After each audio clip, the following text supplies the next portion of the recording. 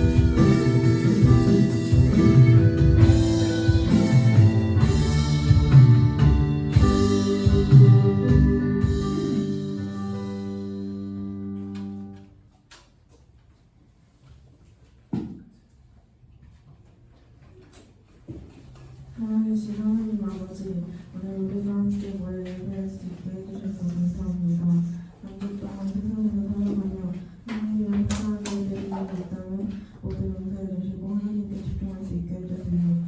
찬양하고 기도하고 말씀 듣는 모든 순간을 통해 하나님을 알게 해주시고 하나님의 은혜를 느끼게 해주세요. 모든 시간을 주님께 맡겨드리며 예수님의 이름으로 기도드립니다. 우리의 고백하겠습니다. 주님의 신령한 고백을 무장하리라. 말씀이 땅을 합니다. 주님만이 우리의 생명 되시고 저와 죽음에서 구원하십니다. 그리고 주님처럼 가는 길을 위해서 기도하고 싶습니다.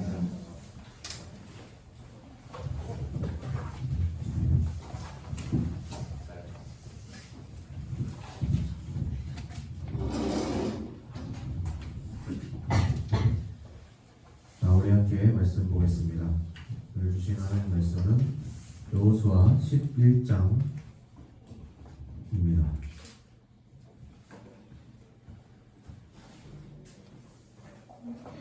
여호수아 11장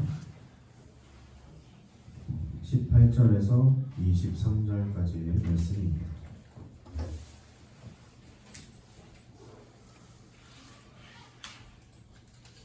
여호수아 11장 18절에서 23절 말씀 한 절씩 돌아오면서 읽도록 하겠습니다. 여호수아가 그 모든 왕들과 싸운 지가 오랫동안이라. 온 중이 서 외에는 이스라엘 장로와 중요한 사람이 하나도 없고 이스라엘 자손이 싸워서 다 점령하였으니 그들의 마음이 완악하여 이스라엘을 대적하여 싸우러 온 곳은 여호와께서 그리하게 하신 것이라.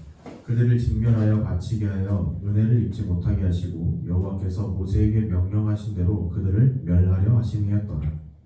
그때 여호수아와 장손이와 누구론과 드벨과 아낙과 이가 온 산지와 이스라엘 온 산지에서 아낙 사람들을 멸절하고 그가 또 그들의 성들을 진멸하여 바쳤으므로 이스라엘 자손의 땅에는 아낙 사람들이 하나도 남지 아니하였고 가사와 가드와 아스돗에만 남았더라. 함께 읽겠습니다.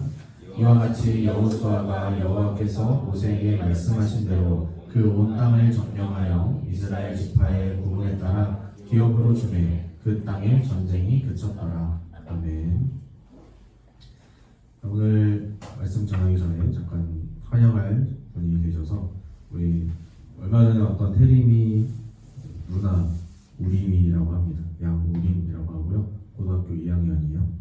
매주는 그 레슨을 똑같이 받으러 오는데 매주는 오지 못하더라도 우리 또 오면은 함께 반갑게 또 마주하며 편하게 예배했으면 좋겠습니다. 우리 잠깐 환영한다고 박수 한번 해줄까요?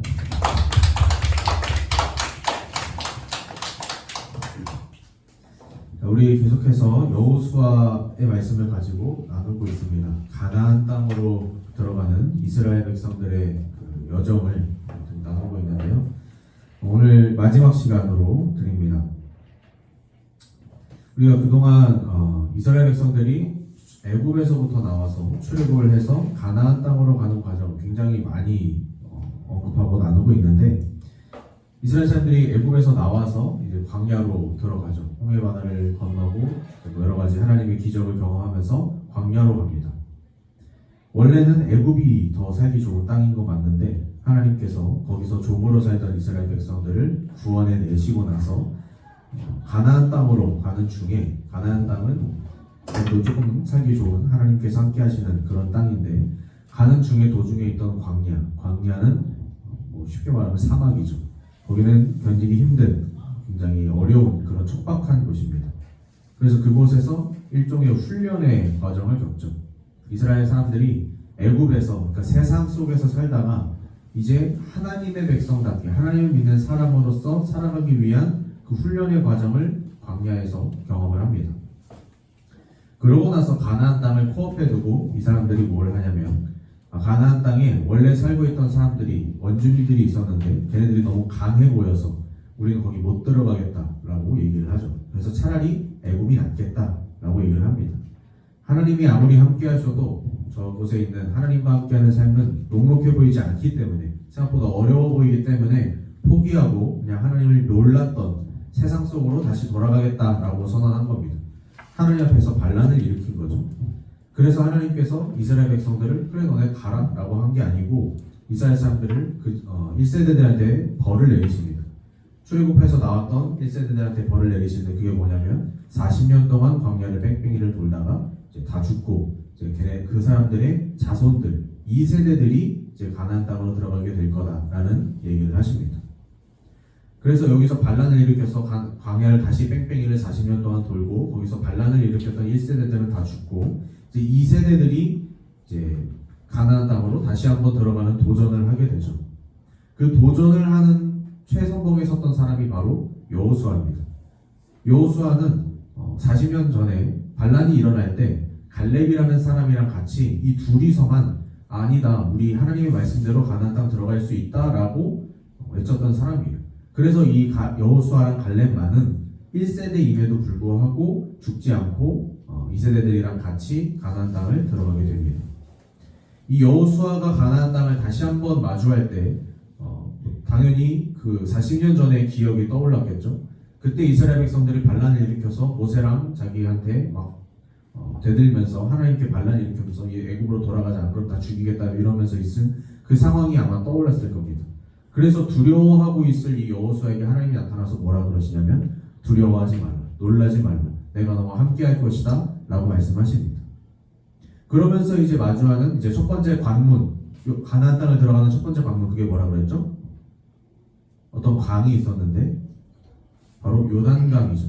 요단강을 건널 때는 원래 요단강은 그냥 우리 그냥 한 넷가 그냥 하천, 작은 하천 정도겠지만 이때 당시 이스라엘 사람들이 건널 당시에는 우기라 그랬어요. 범람하는, 그러니까 강이 이렇게 넘치는 시기라서 건너기 어려웠는데 옛날에 물을 이미 한번 건넌 경험이 있죠. 이스라엘은 홍해 바다를 건넜어요. 그때 홍해 바다를 건널 때는 모세가 지팡이를 드니까 하나님이 먼저 길을 열어주셨고 그러고 나서 이스라엘 사람들이 건너갔습니다. 근데 이 요단강에서 다시 한번 물을 건널 때는 어떻게 하냐면 하나님이 너네가 먼저 발을 강 안으로 디뎌 넣어서 먼저 강을 밟으면 그때 이제 하나님이 강을 열어주셔서 이제 길을 열어주십니다. 그러니까 여기서는 이제 한 단계 발전한 거죠. 처음에 하나님을 경험할 때는 하나님이 그냥 다 주십니다.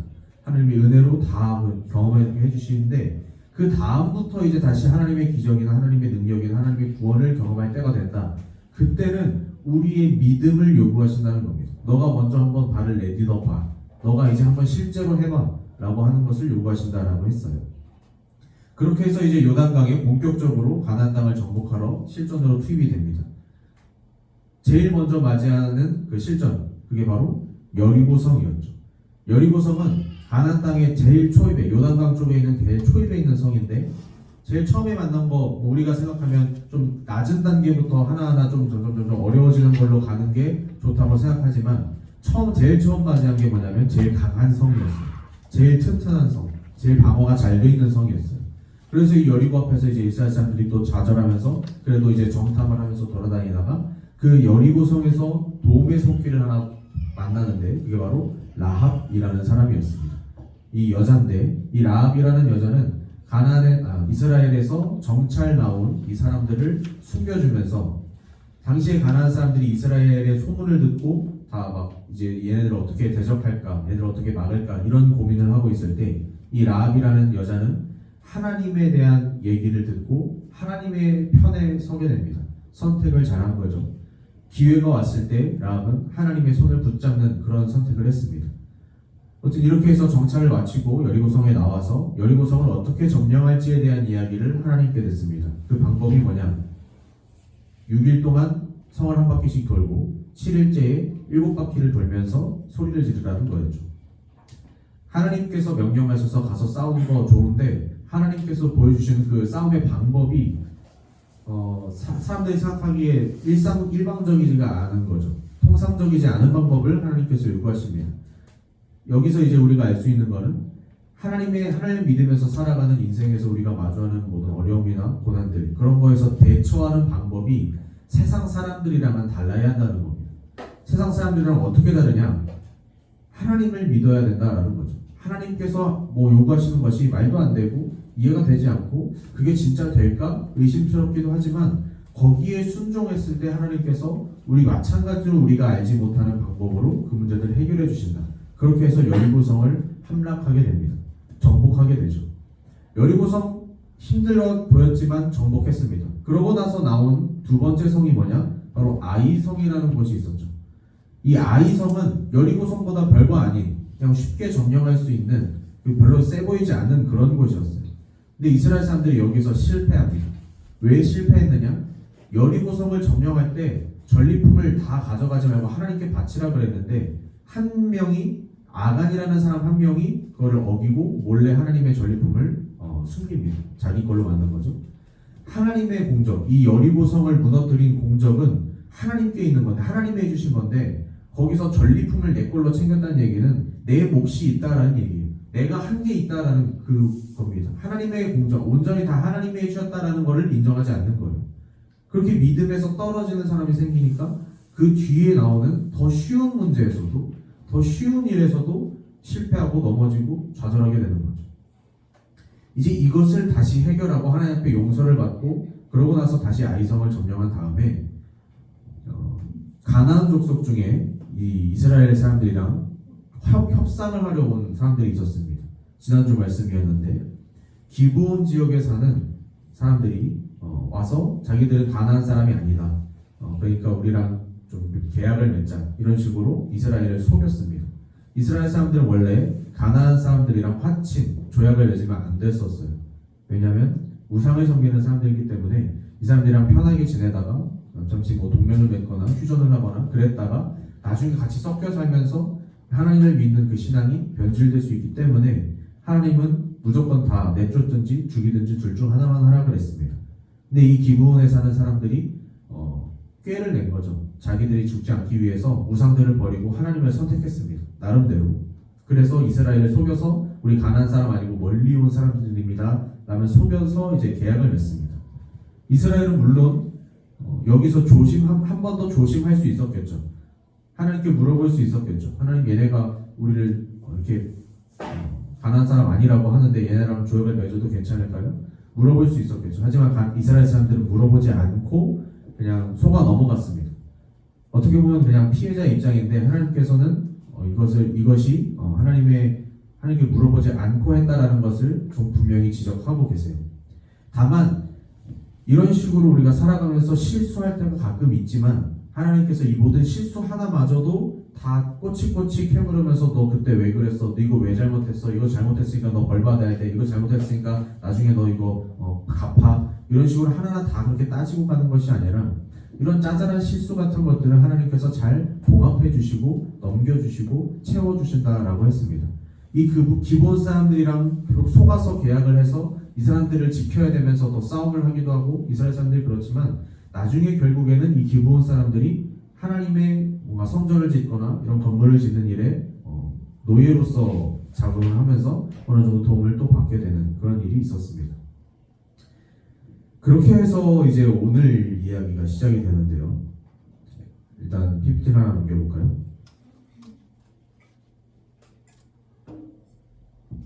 자, 오늘 나오는 우리가 같이 읽은 얘기는 마찬가지로 이 가나안 족속들, 가나안에 원래 살고 있던 사람들에서 이제 이 이스라엘 사람들이 이 사람들을 다 점령했다라는 얘기로 나옵니다. 지난주에 봤던 기브온에 사는 사람들이 바로 중간 쪽에 있는 히위족이라고 하는 사람들이 이스라엘이랑 계약을 맺었다. 그래서 화친하면서 얘네들은 이제 살게 되는 그런 일이 있었고, 오늘 말씀에 보면은 이제 여호수아가 이 사람들의 나머지 사람들은 이제 연합해서 이스라엘이랑 싸웁니다. 그러면서 이제 전투를 하고 싸워서 승리하면서 오늘 우리가 읽게 된 게 여호수아가 이 사람들이랑 다 싸워서 이겼다라는 얘기가 오늘 함께 읽은 얘기예요. 또 하나 넘겨볼까요? 자, 아시는지 모르겠습니다. 이거 아시는 분 계세요? 모른다니까. 주술회전이라는 만화의 장면인데요. 저기 나오는 인물은 작중에서 세계관 최강자로 묘사되는 인물입니다.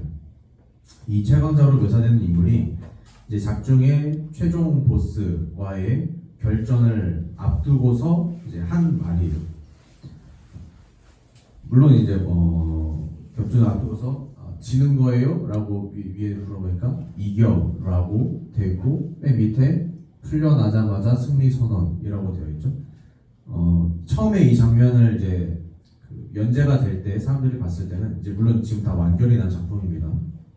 연재될 때 사람들이 딱 이 장면을 처음 봤을 때는 아 진짜 저 사람이 이제 작중의 최강자니까 와 진짜 역시 힘이 대단한가 보다 약간 이렇게 약간 최종 보스를 앞두고서 결전을 앞두고서 약간 결의를 다지는 그런 느낌으로 딱 받아들였는데 이제 스토리가 진행이 되면서 이제 결국에는 패배를 해요. 그래서 패배를 하면서 결말이 패배로 나게 되니까 이제 사람들이 처음에 와 진짜 이 사람은 최강자니까 뭔가를 보여주겠지 어떻게 이길까 이런 기대를 하다가 나중에 이 장면이 결국에 어떻게 되냐면 허세 부리는 장면, 헛소리하는 장면으로 밈이 되어버립니다. 그래서 이제 나중에는 지는 거예요? 저 이런 식으로 패러디가 나오기도 하고 정말 안 될 것 같은데 허세 부리는 사람을 두고 이런 장면을 갖다 쓰기도 하고 그런 식으로 변질이 돼버립니다. 우리가 잘하는 것들이 있죠. 살아가다 보면 각자 잘하는 것들 장점들이 있고 아직 발견을 못한 사람도 있을 수 있겠지만 뭔가 하나씩은 우리 다 잘하고 뭔가 자신 있는 분야가 하나씩은 있습니다. 근데 우리가 인생을 살아가다 보면은 내 힘을 믿고 아니면 내가 잘하는 것을 믿고 아니면 자신 있는 것을 믿고 뭔가 당연히 이겨 당연히 할 수 있어 내가 그렇게 할 수 있어 라면서 살다가 가끔은 허무하게 패배하고 넘어지는 경우가 있기 마련이에요.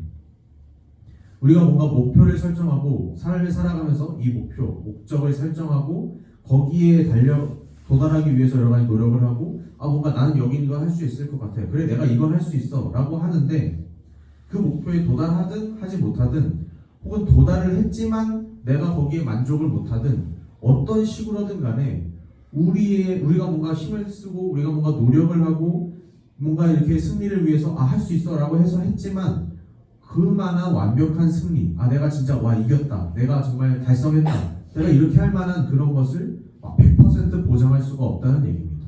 우리가 뭔가를 하려고 하고 우리가 뭔가를 하려고 믿고 내가 뭐 할 수 있다라고 자신하고 있을 때 완전한 승리를 보장할 수 없다는 게 바로 우리의 인생이에요. 그러면 반대로 하나님을 믿는 인생, 하나님을 의지하는 인생 그럼 어떻게 되냐? 하나님께서 이스라엘 백성들에게 가나안이라는 목표를 주셨습니다. 그러고 나서 우리가 지금까지 살펴봤던 수많은 과정들이 있었죠. 그 과정들을 겪고 오늘 결과적으로 어떻게 성경이 얘기를 하냐면 다 싸워서 점령했다라고 나와요. 싸워서 이겼다는 겁니다. 결국에 이스라엘 사람 중간에 실수도 하고 넘어지고 잠깐 말도 안 듣기도 하고 여러 가지 일이 있었지만 결국에 이스라엘 사람들은 가나안 땅으로 들어갔습니다.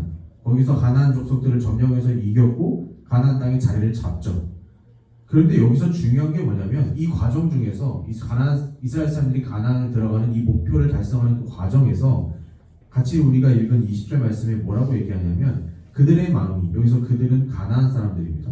가나안 사람들이 마음이 악해져서 이스라엘을 대적하러 싸우러 온 것은 여호와께서 그리하게 하신 거예요. 하나님께서 이 싸움을 준비하셨다는 얘기입니다.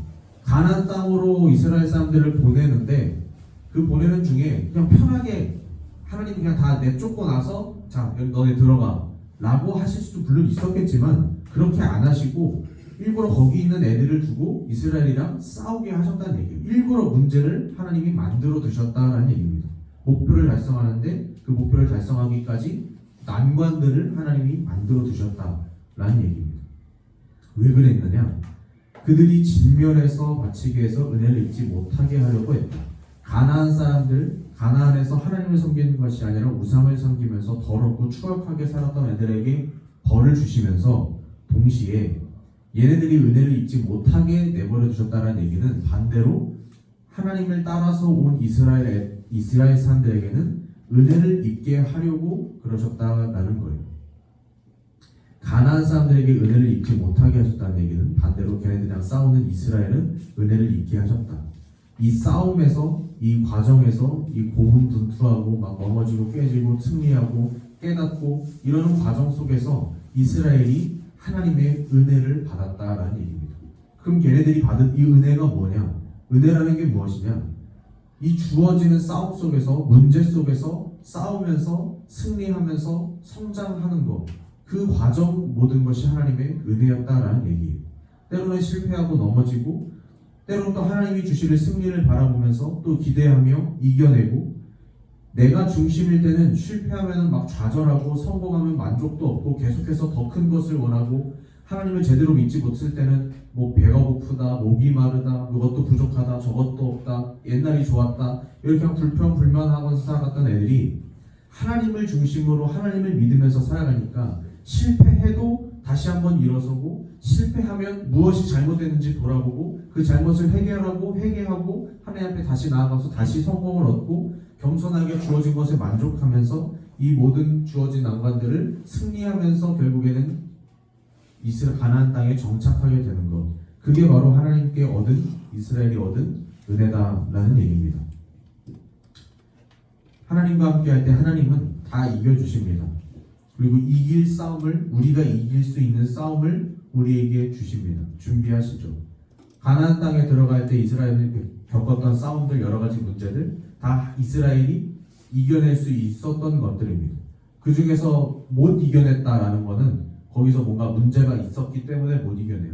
이스라엘이 죄를 지었거나 아니면 뭐 실수를 했거나 뭔가 까먹었거나 빼뜨렸거나 이런 게 아니고서야 다 이깁니다. 하나님께서는 결국에 우리에게 주시는 각자 인생에 주시는 그 목표들, 우리 각자가 가야 할 가나안 땅의 목표들에 하나님께서 그 목표에 가는 데까지 우리가 이겨낼 수 있는 문제들을 하나하나 주십니다. 뭐 몇 개가 있고 뭐 난이도가 어떻거든 정도의 차이는 있을 수 있겠지만 문제들을 주시고 그 문제들을 해결해 나가는 과정을 통해서 우리가 하나님의 은혜를 입게 하십니다. 하나님을 만나게 하신다는 얘기고, 하나님을 깨닫게 하신다는 얘기고, 하나님을 알게 하신다, 믿게 하신다는 얘기예요. 그게 바로 우리의 인생이 된다라는 얘기입니다. 왜 사냐라는 시리즈, 너 왜 살아라는 시리즈 오늘로서 마무리를 짓는데, 우리가 왜 살아가는가? 우리는 왜 삽니까? 여러분들 왜 살아요? 태어났기 때문에? 죽지 못해서? 그냥 세상에서 말하는, 세상 사람들이 얘기하는 그런 똑같은 대답이 아니고, 우리가 왜 사나? 우리가 하나님의 은혜를 얻기 위해서 산다라는 것을 기억했으면 좋겠습니다. 우리가 왜 사는가? 하나님이 우리가 그동안 은혜를 주셨기 때문에 우리가 지금 살고 있다는 것을 기억하셨으면 좋겠습니다. 그럼 우리가 또 왜 사는가? 하나님이 우리에게 은혜를 주고 싶어 하시기 때문에 우리가 살아간다는 것을 기억했으면 좋겠습니다. 이제 우리가 앞으로 살아가면서 우리의 모든 것을 하나님께 맡겨야 됩니다.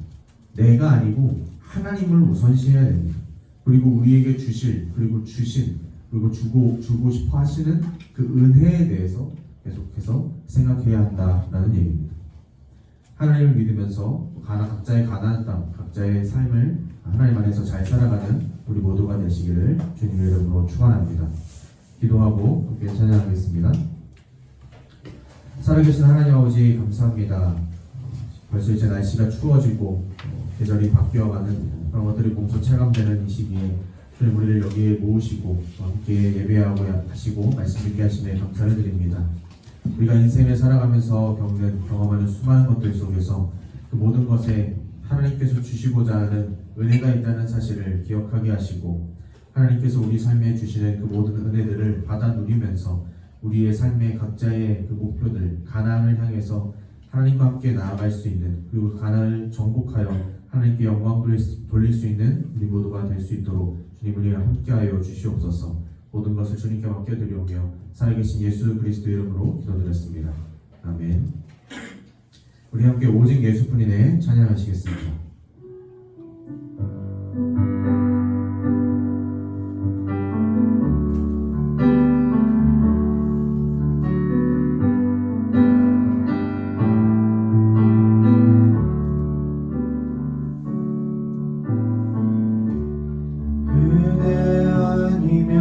살아갈 수가 없네. 모임마저도 다 주의 것이니 세상 평안과 위로 내게 없어도 예수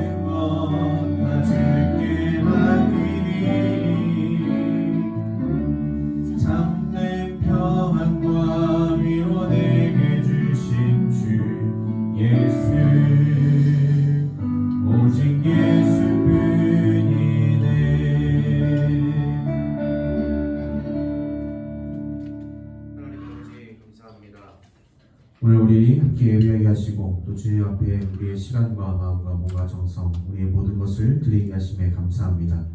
주님께 드리는 우리의 모든 고백을 받으시고 주님께서 우리 삶에 더 큰 은혜와 충만한 복으로 함께하여 주시옵소서. 이제는 우리 구주 예수 그리스도의 은혜와 하나님 아버지의 사랑하심과 성령 하나님의 감화 감동 교통하심의 역사가 하나님을 향해 나아가는 하나님께서 주신 목표 가나안을 향해 나아가며 하나님께 모든 것을 맡기고 하나님을 의지하며 살아가길 원하는 여기 모인 우리 모두 위에 지금부터 영원히 함께 하시기를 간절히 축원하옵나이다. 아멘. 예배를 마쳤고요. 광고 말씀드리겠습니다. 다음 주에 성경 퀴즈 대회가 있습니다. 오늘 셀모임 하면서 잘 준비하시기 바라고 또 다음 주에 일찍 오셔서 준비하면서 공부하시기 바랍니다.